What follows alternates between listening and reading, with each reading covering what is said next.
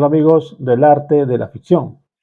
Hace poco se celebró un coloquio sobre un aniversario más de la publicación de Rebelión en la Granja, en el cual estuve como oyente. Y bueno, no quería dejar pasar la ocasión para también hablar de George Orwell y su gran novela Rebelión en la Granja. Así que este es una retrocrítica, ¿sí? Un pequeño especial sobre la novela de Orwell. Así que empecemos. No se vayan.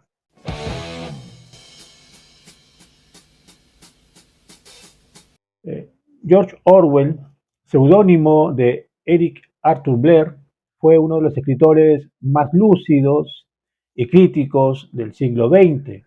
Nació en la India británica en 1903 y se formó en el prestigioso colegio Eton College. Sin embargo, más que la élite académica, lo que marcaron sus experiencias fue su trabajo como policía en Birmania y su cercanía con las clases populares de Inglaterra. Estas vivencias lo llevaron a forjar una mirada antiimperialista y su trabajo como periodista y cronista afinó su escritura directa, sencilla en la forma, pero cargada de compromiso ético. Orwell no fue solo un novelista, fue un pensador que buscó entender cómo funcionaban las ideologías y las instituciones en Europa de su tiempo. Entre sus obras más influyentes están 1984 y por supuesto Rebelión en la Granja, publicada en 1945. Aunque se presenta como un cuento protagonizado por animales, es en realidad una fábula política, una narración breve y simbólica que expone cómo los ideales revolucionarios de igualdad pueden transformarse en un nuevo sistema de opresión. Personajes como Napoleón, el cerdo autoritario, Snowball o Bola de Nieve, el líder caído en desgracia, y Boxer, el caballo trabajador y obediente, representan de manera alegórica las tensiones y traiciones de la Revolución Rusa.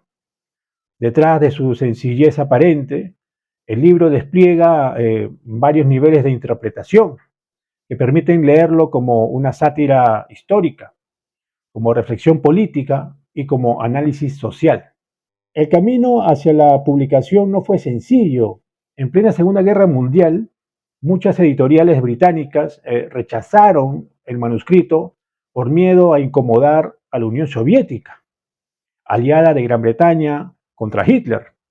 Sin embargo, una vez publicada, la novela fue reconocida de inmediato como una crítica valiente al totalitarismo soviético y con el tiempo como un cuestionamiento a cualquier ideología que en nombre de la justicia encubra mecanismos de dominación.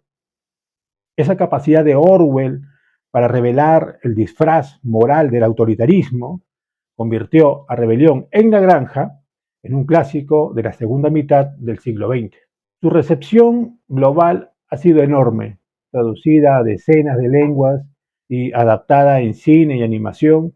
La obra la obra se ha enseñado tanto en escuelas como en universidades. Parte de su fuerza radica en el lenguaje claro y simbólico, que la hace accesible a cualquier lector, al mismo tiempo que invita a reflexiones profundas. La novela muestra cómo una utopía puede corromperse cuando se institucionaliza sin mecanismos de control democrático, es decir, cuando las reglas y estructuras creadas para liberar terminan siendo usadas para dominar. Por eso, Rebelión en la Granja no es solo una parábola del siglo XX, es una reflexión que sigue vigente. Nos advierte sobre los peligros del poder cuando se rompe el vínculo entre principios éticos y práctica social. Desde una mirada sociológica, la obra revela cómo las instituciones, esas reglas y costumbres que organizan la vida en común, pueden desviarse de sus fines originales y servir para reproducir desigualdades bajo discursos de equidad. En esa tensión entre ideal y realidad, entre promesa y control, reside la vigencia universal de la novela de Orwell. Y bien, la novela de Orwell no solo es una fábula política, también es un laboratorio social. En ella podemos observar cómo funcionan las instituciones, las reglas y costumbres que organizan la vida colectiva, y cómo los individuos asumen distintos roles sociales, es decir, papeles dentro de ese sistema. Para analizarlo, podemos apoyarnos en dos enfoques de la sociología. La teoría de las instituciones, con aportes de Mary Douglas, Talcott Parsons, Lynn Zucker o Douglas North, y la teoría del rol, desarrollada por Robert Merton y Erving Goffman. Desde el lado institucional, Mary Douglas explica que las instituciones surgen para dar orden al mundo social, pero que al mismo tiempo naturalizan sus reglas. Lo que nació como una norma creada por personas termina pareciendo un hecho inevitable. Lynn Zucker añade que este proceso llamado institucionalización implica perder la conciencia crítica. Las normas dejan de discutirse porque se consideran lo que siempre ha sido así. En la novela, esto se refleja con los 7 mandamientos del animalismo, escritos como base de igualdad, son luego modificados en secreto por los cerdos, y el resto de los animales los acepta sin cuestionarlos. Si miramos ahora los roles sociales, Robert Merton propone una tipología útil para analizar la novela. Según él, las personas no responden igual frente a las normas. Hay conformistas que se adaptan, hay innovadores que buscan fines legítimos para medios ilegítimos, ritualistas que cumplen las reglas sin sentido crítico, retraídos que se apartan y rebeldes que intentan cambiarlo todo. En Rebelión en la Granja, el caballo boxer es el ritualista perfecto. Trabaja sin descanso y repite, Napoleón siempre tiene la razón. Napoleón, en cambio, encarna al innovador. Busca el poder que todos valoran, pero lo consigue con engaños y violencia. Por su parte, Erving Goffman sugiere mirar la vida social como si fuera un teatro. Todos representamos papeles frente a un público, cuidamos nuestra fachada y proyectamos una imagen. Esta idea ayuda a leer la actitud de los cerdos cuando negocian con los humanos. Se muestran como racionales y civilizados, aunque detrás de escena gobiernan la granja con brutalidad. Así, lo que vemos en la novela no son solo animales con características humanas, sino un retrato de cómo el poder se sostiene en la vida real a través de reglas que parecen naturales y de papeles que la gente desempeña sin preguntarse demasiado. El perro guardián, el cerdo administrador, el burro escéptico, todos encarnan funciones que mantienen en pie el orden. El poder funciona en buena medida porque los sujetos internalizan esos roles y los ejercen como si fueran parte de su naturaleza. Con estas dos claves, instituciones y roles, Rebelión en la Granja se convierte en algo más que una sátira del estalinismo. Es una radiografía de cómo la opresión puede volverse aceptable, cómo el poder puede parecer normal y cómo la sumisión puede disfrazarse de lealtad.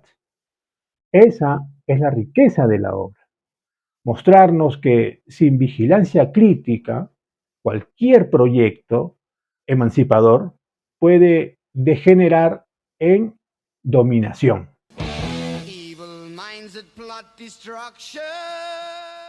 La novela de Orwell puede leerse como un estudio literario sobre el nacimiento, consolidación y corrupción de las instituciones sociales.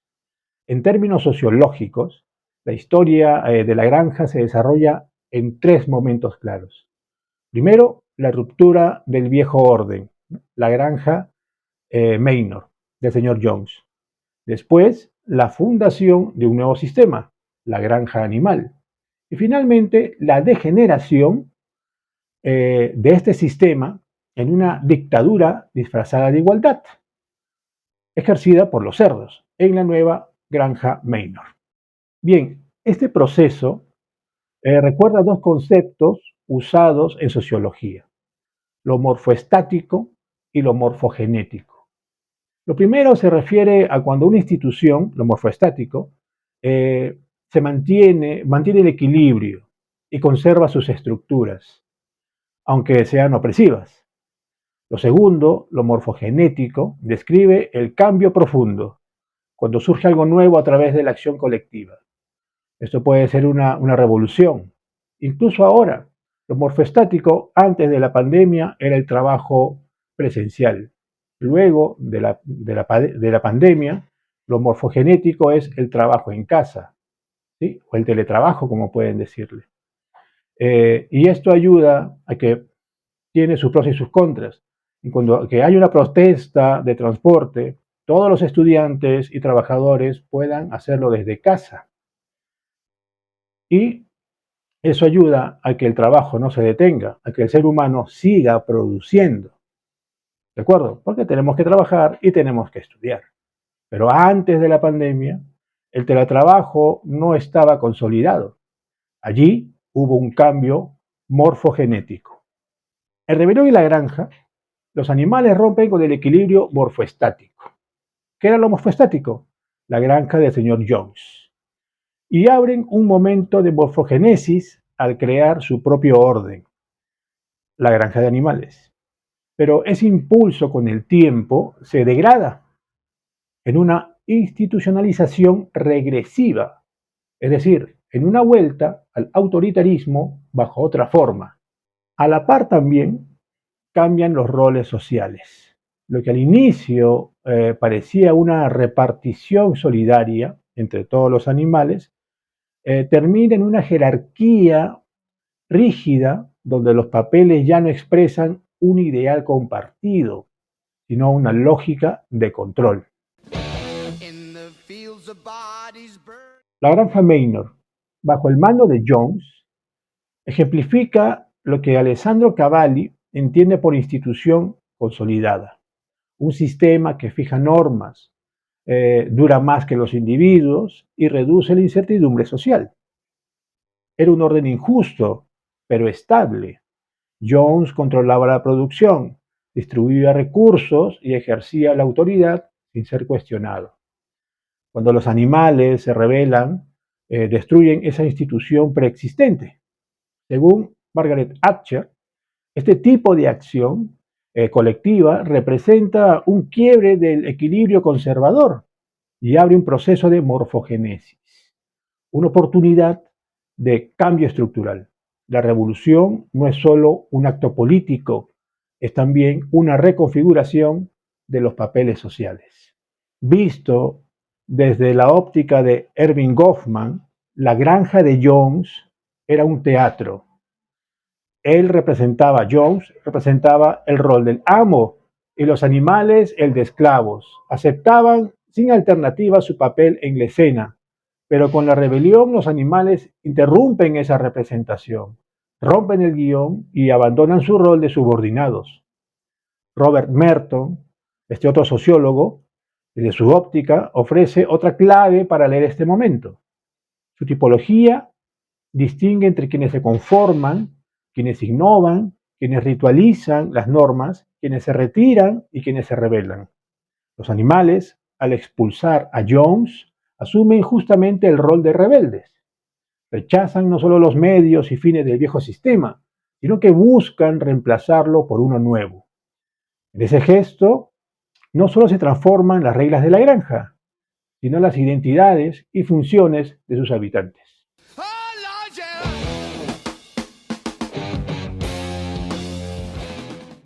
Tras la caída del señor Jones, los animales no solo cambian el nombre de la granja, fundan una nueva institucionalidad. Es decir, crean reglas y valores que organizan su vida colectiva. Entre ellos destacan los 7 mandamientos del animalismo, que recogen ideales como la igualdad, la cooperación y la autosuficiencia. Según Peter Berger y Thomas Luckmann, esto es un ejemplo de institucionalización primaria, el momento en que un grupo establece normas compartidas que orientan su comportamiento y dan sentido a la nueva realidad. En otras palabras, las reglas no son solo acuerdos momentáneos, sino principios que empiezan a moldear identidades y expectativas. Talcott Parsons añade otra clave. En esta etapa, la acción colectiva se somete de forma voluntaria a un sistema de valores comunes, lo que genera un orden normativo. Los mandamientos pintados en la pared del granero, como el célebre "todos los animales son iguales", cumplen esa función: integrar las acciones de cada individuo en función de un ideal compartido. Así, la granja animal se convierte en una institución constitutiva. No solo regula lo que se hace, sino que da forma a cómo los animales entienden su mundo.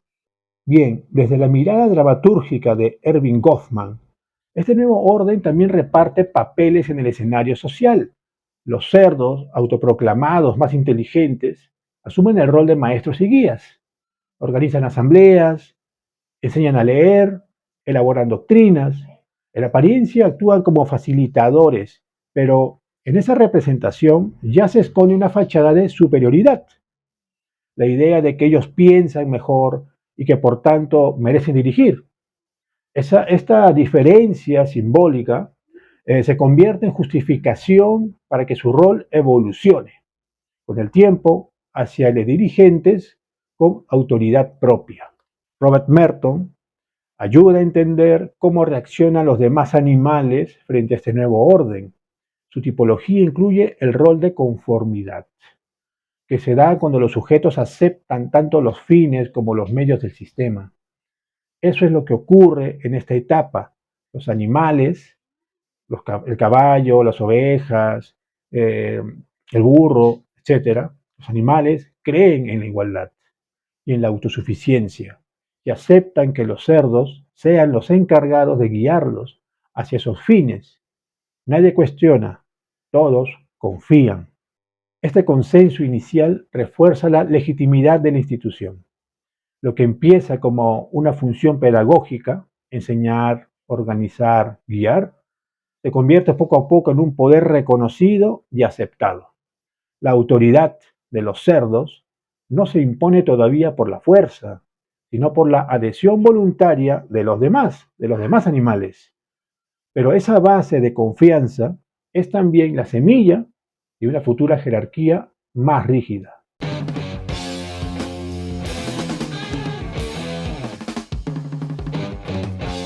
Con el paso del tiempo, la granja animal empieza a transformarse de manera silenciosa. Los cerdos, y sobre todo Napoleón, concentran cada vez más poder, controlan la información, toman las decisiones sin consultar y usan la violencia de manera selectiva para intimidar. Lo que comenzó como un proyecto de igualdad se convierte en una estructura de dominación.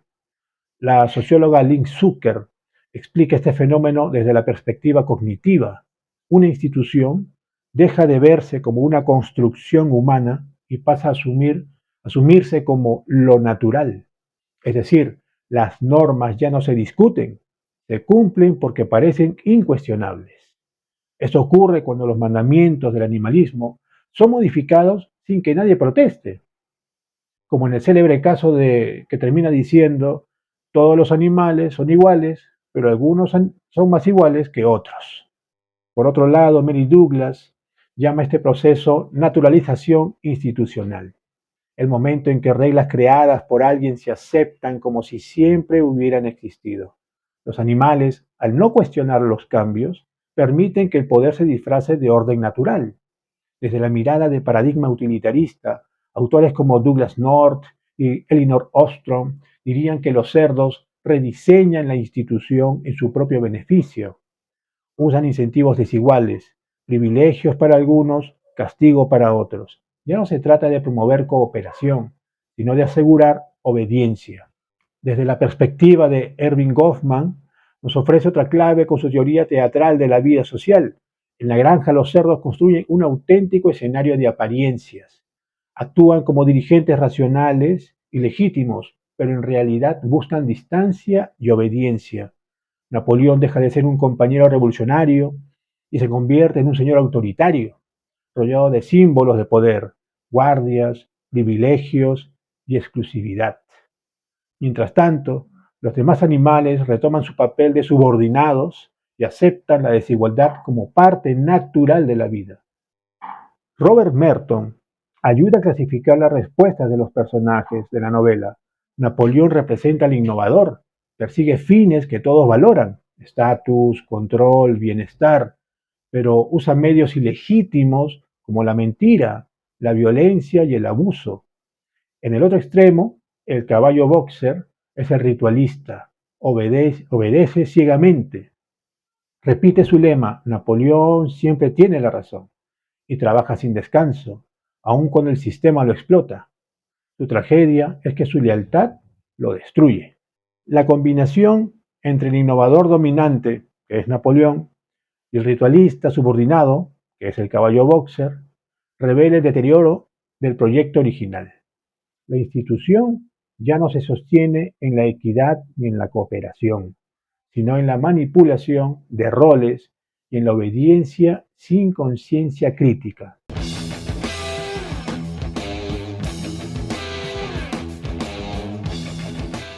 El final de Rebelión en la Granja es inquietante porque muestra que todo el esfuerzo revolucionario termina donde comenzó, en un sistema de opresión. Los animales miran con asombro cómo los cerdos ya caminan en dos patas, usan ropa y negocian con los humanos.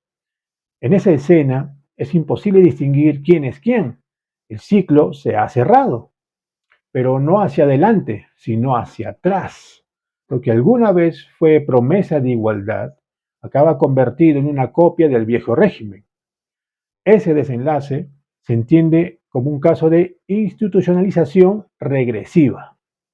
Lo que nació como transformación, morfogénesis, vuelve a convertirse en una estructura rígida que produce las mismas desigualdades. El sociólogo Talcott Parsons explica con su modelo ágil que toda institución debe cumplir cuatro funciones: adaptación, logro de metas, integración y mantenimiento de valores. En la granja, esas funciones se organizan, pero no en nombre de la justicia, sino en favor de la eficiencia del poder. Todo gira en torno a consolidar el dominio de los cerdos.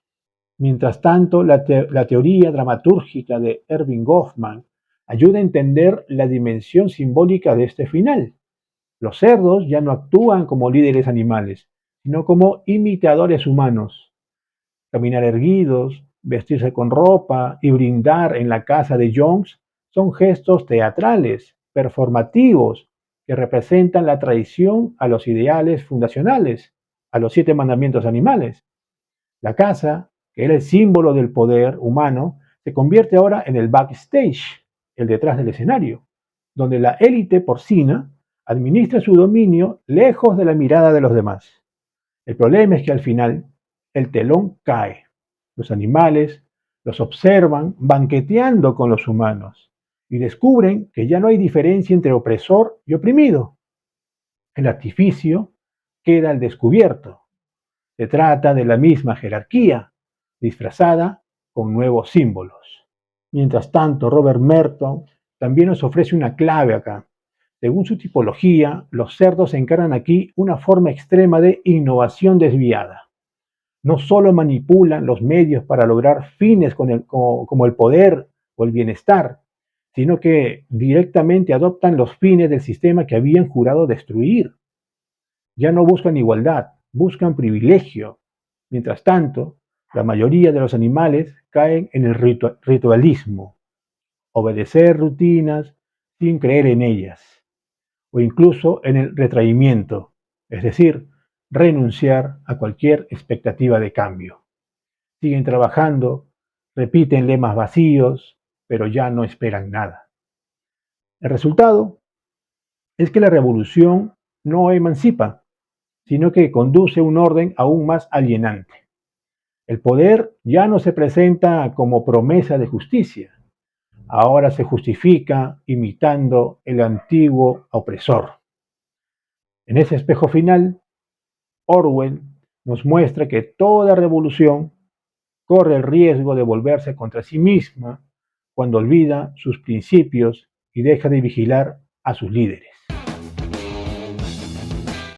Rebelión en la Granja trasciende el marco de la sátira política para convertirse en una radiografía de los procesos sociales que atraviesan toda institución. La novela de Orwell muestra cómo los ideales emancipadores pueden degenerar en mecanismos de dominación cuando las normas y los roles se naturalizan y dejan de ser cuestionados. Desde la teoría de las instituciones, observamos cómo un orden opresivo puede ser derrocado, pero también cómo el nuevo sistema corre el riesgo de reproducir las mismas jerarquías bajo otro lenguaje y otros símbolos. El paso de la granja Maynor a la granja animal y de allí al retorno de una estructura aún más rígida ilustra la fragilidad de los proyectos colectivos cuando carecen de mecanismos de control democrático. La teoría de los roles permite reconocer en cada personaje una forma distinta de responder a la presión institucional. El rebelde viejo mayor, el innovador Napoleón, el ritualista Boxer o los animales conformistas revelan que la vida social no se sostiene solo por reglas, sino por la manera en que los individuos las interpretan y actúan. Esta dimensión dramatúrgica, señalada por Erving Goffman, refuerza la idea de que el poder no solo reprime, también se representa y se legitima en el escenario de lo cotidiano. En conjunto, la novela confirma la vigencia de un principio sociológico central.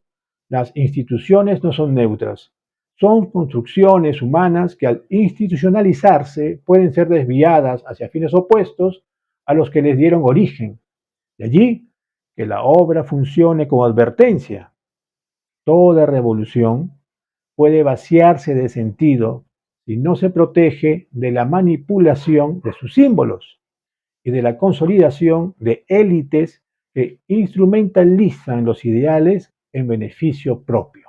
Orwell, con un lenguaje claro y una fábula aparentemente simple, logra poner en evidencia la tensión permanente entre ética y poder, entre ideales colectivos y estrategias de dominación.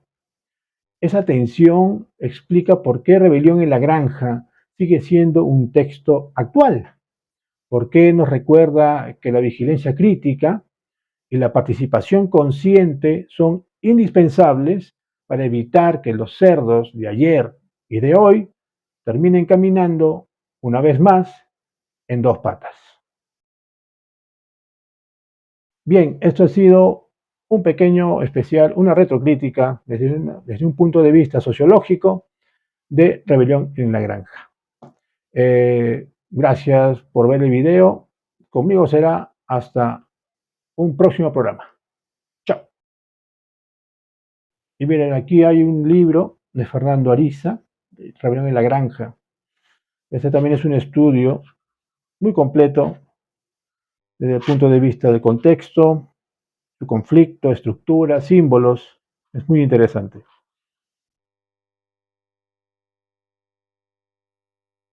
¿Cómo se le ocurrió a Orwell Rebelión en la Granja? Bueno, una vez vio a un niño dándole de azotes a un caballo y se dijo, si ese caballo es tan fuerte, bueno, ¿por qué no golpea a ese niño que lo está azotando tanto? Si el caballo tuviera conciencia, si el animal tuviera conciencia, y obviamente los animales son más fuertes que los seres humanos, en muchos casos, los animales podrían dominar el mundo. Allí empezó a crearse, a germinarse la idea de Rebelión en la Granja. Bien, quiero agradecer el envío de libros de Omar Viveros, Pasiones Imperdonables. Ya está. También el envío de este libro, Manos y Pies, de Santiago Quispe. Lo muestro en cámaras.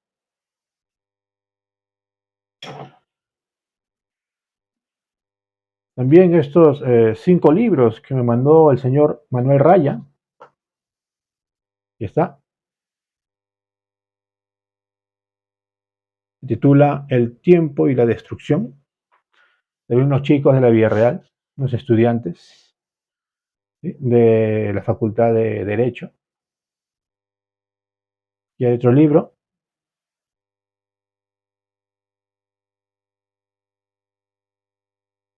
Mundo Inmundo. Bueno, un título raro. Piratas y Dragones, nuevamente de Manuel Raya. Piratas y Dragones.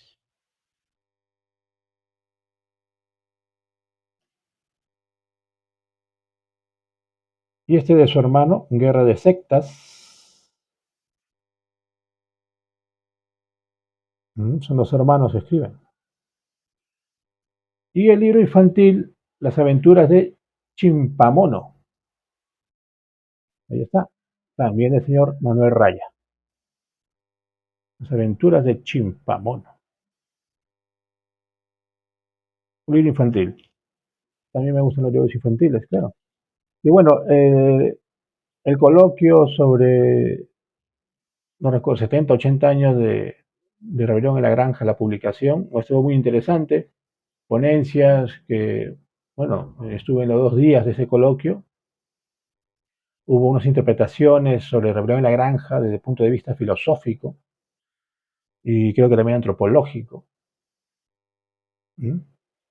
Y también eh, análisis e interpretaciones de otros libros peruanos que tenían en común la distopía, ¿sí?, o la ciencia ficción.